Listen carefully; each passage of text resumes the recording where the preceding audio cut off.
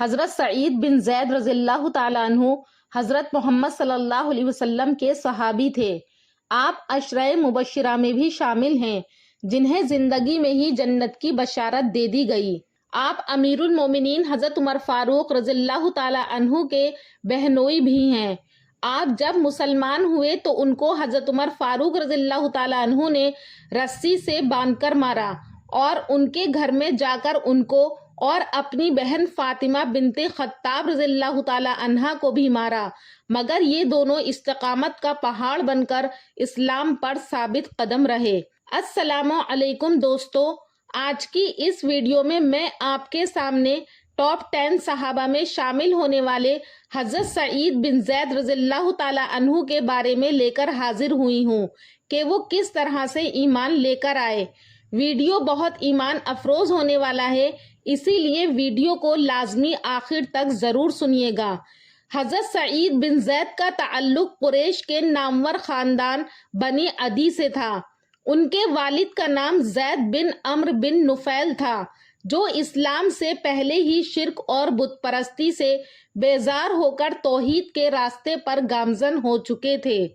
آپ کی زوجہ حضرت فاطمہ بنت خطاب تھیں، جو حضرت عمر بن خطاب رضی اللہ تعالیٰ عنہ کی بہن تھیں۔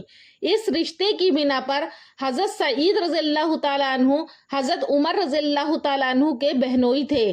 آپ کے ایمان لانے کا واقعہ اس طرح سے بیان کیا جاتا ہے کہ حضرت سعید بن زید نے بہت ابتدائی دور میں ہی اسلام قبول کر لیا تھا۔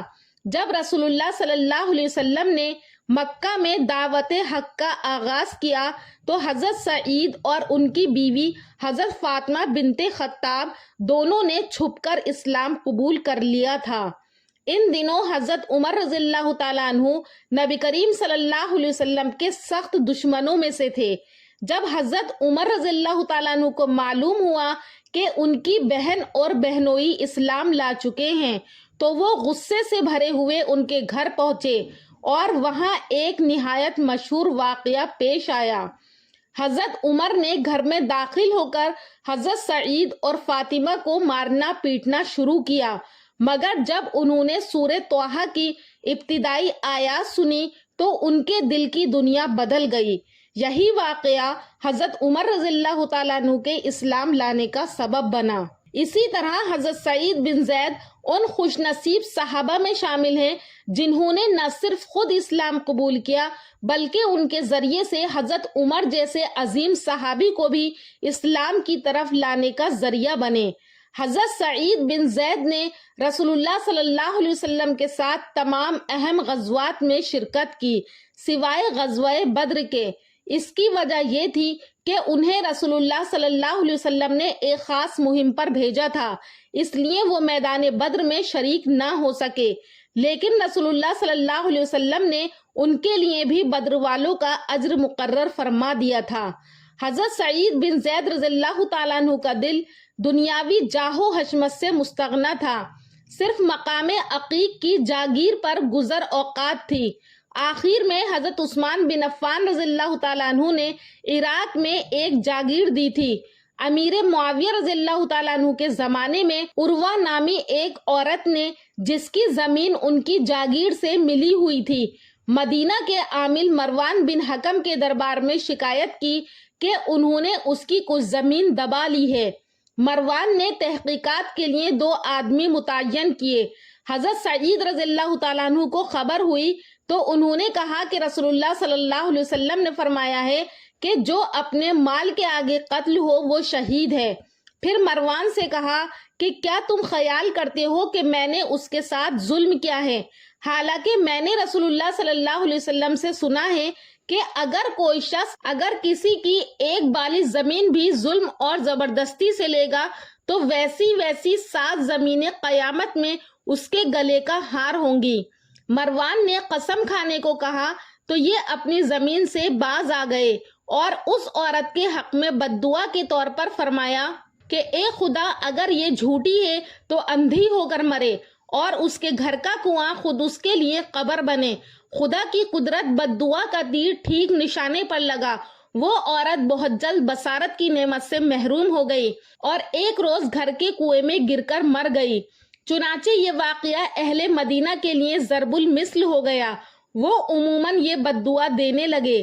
حضرت سعید رضی اللہ تعالیٰ عنہ کے سامنے بہت سے انقلابات برپا ہوئے، 20 خانہ جنگیاں پیش آئیں اور وہ اپنے زہد و تقوی کے باعث ان جھگڑوں سے ہمیشہ کنارہ کش رہے، تاہم جس کی نسبت جو رائے رکھتے تھے اس کو آزادی کے ساتھ ظاہر کرنے میں تأمل نہیں کرتے تھے۔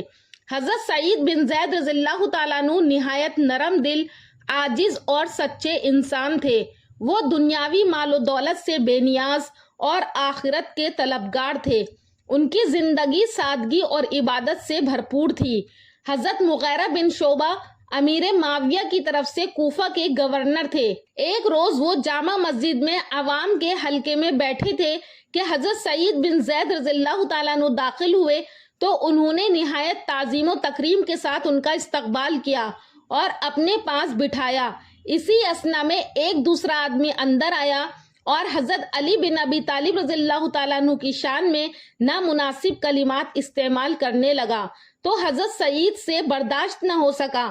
وہ بولے کہ مغیرہ، لوگ تمہارے سامنے رسول اللہ صلی اللہ علیہ وسلم کے جانثاروں کو گالیاں دیتے ہیں اور تم منع نہیں کرتے۔ اس کے بعد اصحاب عشرہ سے 8 آدمیوں کا نام لے کر فرمایا کہ رسول اللہ صلی اللہ علیہ وسلم نے ان کو جنت کی بشارت دی ہے، اور اگر چاہو تو میں 9 آدمی کا نام بھی لے سکتا ہوں۔ تو لوگوں نے حضرت سعید رضی اللہ تعالیٰ عنہ سے اصرار کیا تو انہوں نے فرمایا کہ وہ 9 میں ہوں۔ حضرت سعید کے والد زید بن عمرو ان لوگوں میں سے تھے جو اسلام سے قبل توحید پر ایمان رکھتے تھے اور مشرکانہ رسم و رواج سے سخت نفرت کرتے تھے۔ رسول اللہ صلی اللہ علیہ وسلم نے بھی ان کی تلاش حق اور توحید پرستی کو سراہا تھا۔ حضرت سعید رضی اللہ تعالیٰ عنہ اکثر کہا کرتے تھے کہ میرے والد واحد وہ شخص تھے جو شرک اور بت پرستی سے دور تھے اور توحید کے ماننے والے تھے۔ فتح شام کے بعد حضرت سعید بن زید رضی اللہ تعالیٰ عنہ کی تمام زندگی نہایت سکون اور خاموشی سے بسر ہوئی، یہاں تک کہ سن 50 ہجری یا 51 ہجری میں 70 سال کی عمر پا کر اس دنیا سے کوچ کر گئے۔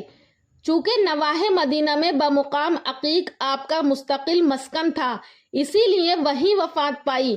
جمعے کا دن تھا، عبداللہ بن عمر نماز جمعہ کی تیاری کر رہے تھے کہ وفات کی خبر سنی، اسی وقت عقیق کی طرف روانہ ہو گئے۔ سعد بن ابی وقاص نے غسل دیا، عبداللہ بن عمر نے نماز جنازہ پڑھائی اور مدینہ لا کر سپرد خاک کیا۔ حضرت سعید بن زید رضی اللہ تعالیٰ عنہ ایک ایسے نیک، سچے اور وفادار صحابی تھے جنہوں نے اسلام کے لیے اپنی زندگی وقف کر دی۔ ان کا ایمان لانا اور حضرت عمر کے اسلام کا ذریعہ بننا تاریخ اسلام کا ایک انمول باب ہے۔ ان کا مقام عشرہ مبشرہ میں شامل ہونا ان کی فضیلت کی سب سے بڑی دلیل ہے۔ اللہ پاک سے دعا ہے کہ اللہ پاک حضرت سعید بن زید رضی اللہ تعالیٰ عنہ کے درجات کو بلند فرمائے اور ہمیں بھی ان کی زندگی کی طرح زندگی گزارنے والا بنائے۔ دوستو، امید کرتی ہوں کہ آپ کو میرا یہ ویڈیو پسند آیا ہوگا۔ اگر پسند آیا ہے تو ہمارے چینل نوری اسلامک ٹیوبر کو ضرور سبسکرائب کریں اور کامنٹ سیکشن میں اپنی رائے کا اظہار کریں۔ انشاءاللہ پھر ملاقات کروں گی اگلی ویڈیو میں ایک اچھے ٹاپک کے ساتھ۔ تب تک کے لیے اللہ حافظ۔